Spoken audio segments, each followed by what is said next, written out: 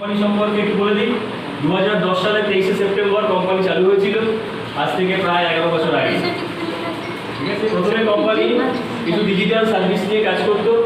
তারপর 2016-17 সালে কোম্পানি কিছু আমাদের আয়ুর্বেদিক প্রোডাক্ট নিয়ে কাজ শুরু হয়েছে। তো সেই ব্যাপার নিয়ে আমি ডিটেলস আলোচনা করব, দুটোই সাবজেক্ট এখন চলছে। তো তার আগে টেকনোলজি নিয়ে কতগুলো কথা আমি একটু বলতে চাই। ঠিক আছে,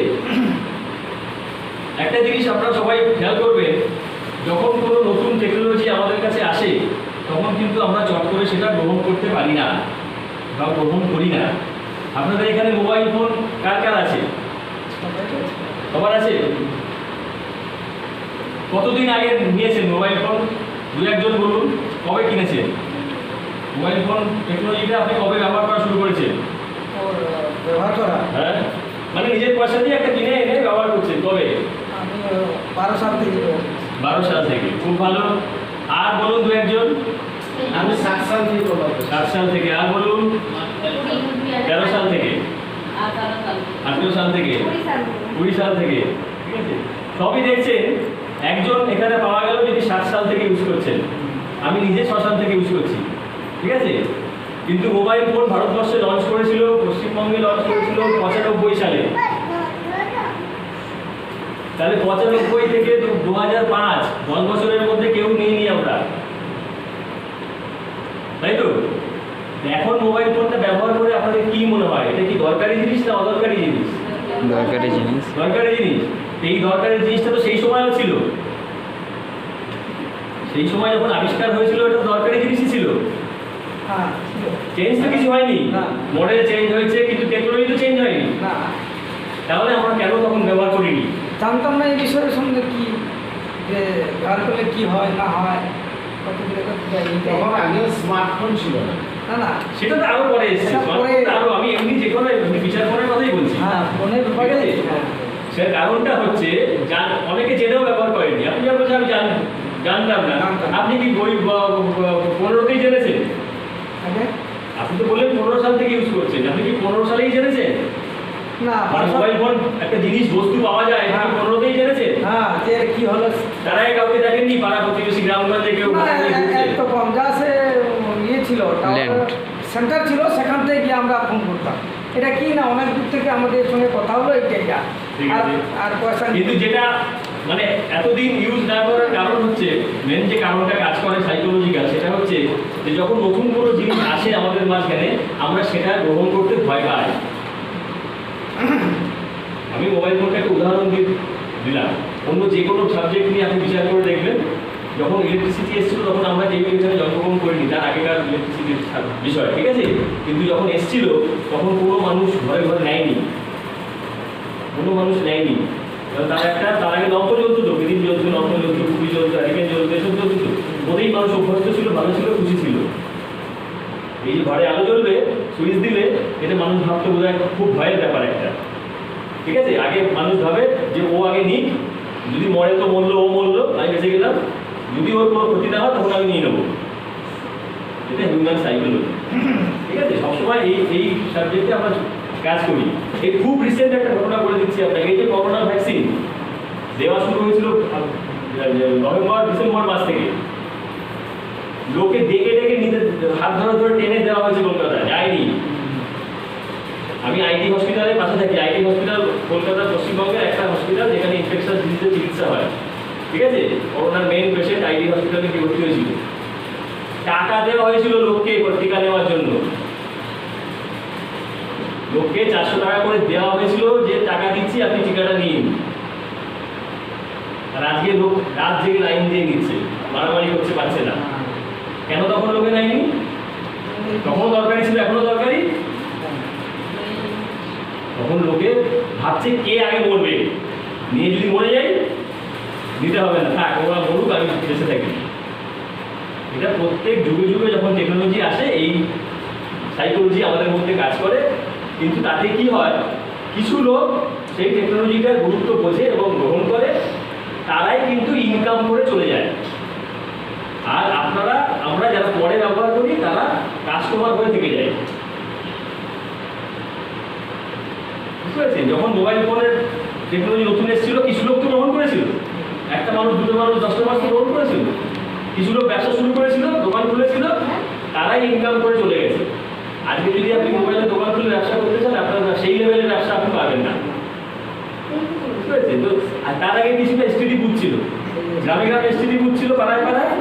তাহলে সেই এসটিডি বুথের ব্যবসা করার সুযোগ তো সবার কাছে ছিল, সবাই তো গ্রহণ করেনি। কিন্তু যে বুদ্ধি করে আগে গ্রহণ করেছিল সে কিন্তু ইনকাম করে চলে গেছে।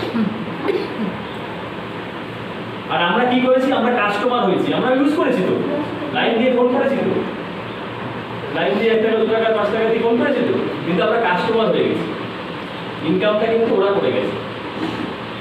সেই জন্য যখন কোনো নতুন টেকনোলজি আসে, সেটা যদি আপনি ইনকাম করতে চান তার মাধ্যমে, তাহলে সেটা আপনাকে আগে গ্রহণ করতে হবে। কেন? টেকনোলজিকে আপনি আটকে রাখতে পারবেন না। আপনি যদি মনে করেন আপনি ইউজ করবেন না, তাতে দুনিয়ার আটকে টেকনোলজিটা অগ্রগতি আটকে যাবে না, ও তার আপন গতিতে এগোবে। কিছু কিছু মানুষ গ্রহণ করবে, তার থেকে তার অন্য মানুষ, তার থেকে অন্য মানুষ, আস্তে আস্তে ছড়িয়ে যাবে। আপনি পরে গিয়ে তার অংশগ্রহণ করবেন, ঠিক আছে? কেন? পরে আপনি বাধ্য হবেন। আজকে অনেকের মোবাইল ফোন ভালো না লাগলেও নিতে বাধ্য হয়েছে, কারণ এসটিডি বুথ উঠে গেছে, তাই তো? তাহলে সব টেকনোলজি এরকম হয় যে একদিন আমরা বাধ্য হই সেটা গ্রহণ করি, কিন্তু তখন আমাদের কোনো ইনকামের রাস্তা থাকে না সেটার মাধ্যমে। বুঝতে পারছি? তাহলে আজকেও আমরা এমন একটা টেকনোলজি নিয়ে কথা বলবো যেটা হচ্ছে মার্কেটিং লাইনের উপরে। মার্কেটিং লাইনের উপরে একটা টেকনোলজি চলছে, দুনিয়াতে এসে গেছে, ভারতবর্ষ এসে গেছে, কিন্তু আমরা অনেকে জানি, অনেকে জানি না। আবার অনেকে ভয় পাচ্ছি কি হবে যদি বিপদে পড়ি, আগে ওরা করুক তারপর দেখবো আমি, ঠিক আছে?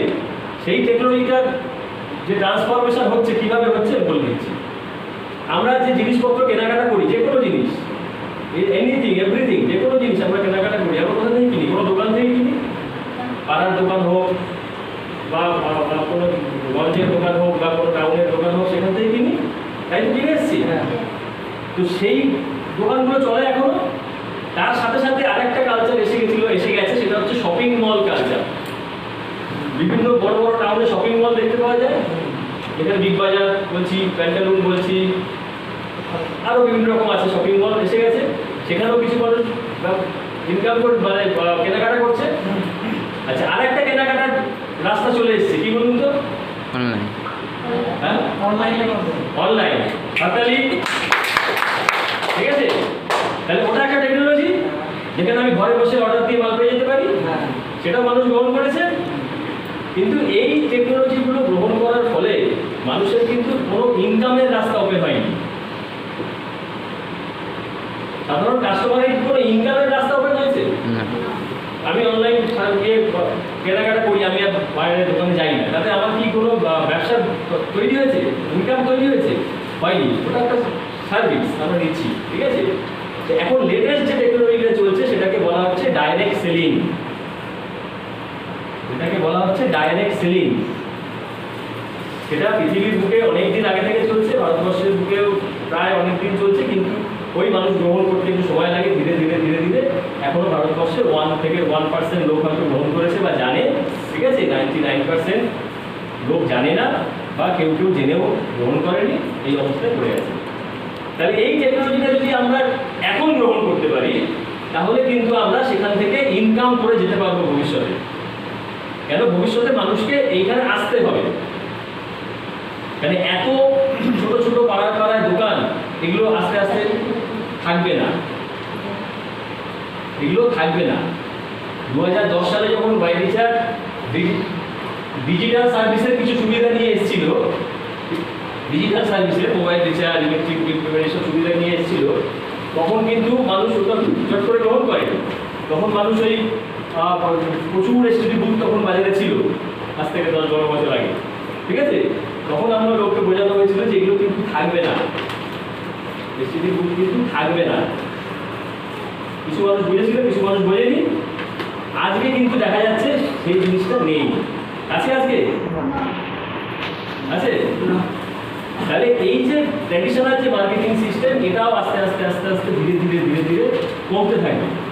কেন? ডাইরেক্ট সেলিং এর মাধ্যমে যদি আমি থাকি, সেখানে আমার অনেকগুলো বেনিফিট পাওয়া যায়। সেই বেনিফিটগুলো যখন মানুষ বুঝবে, তখন আস্তে আস্তে সেখান থেকে সরে আসবে। আপনি যদি মানুষকে বোঝাতে পারেন সাবজেক্টটা, তাহলে আপনি একটা ইনকামের রাস্তা পাবেন।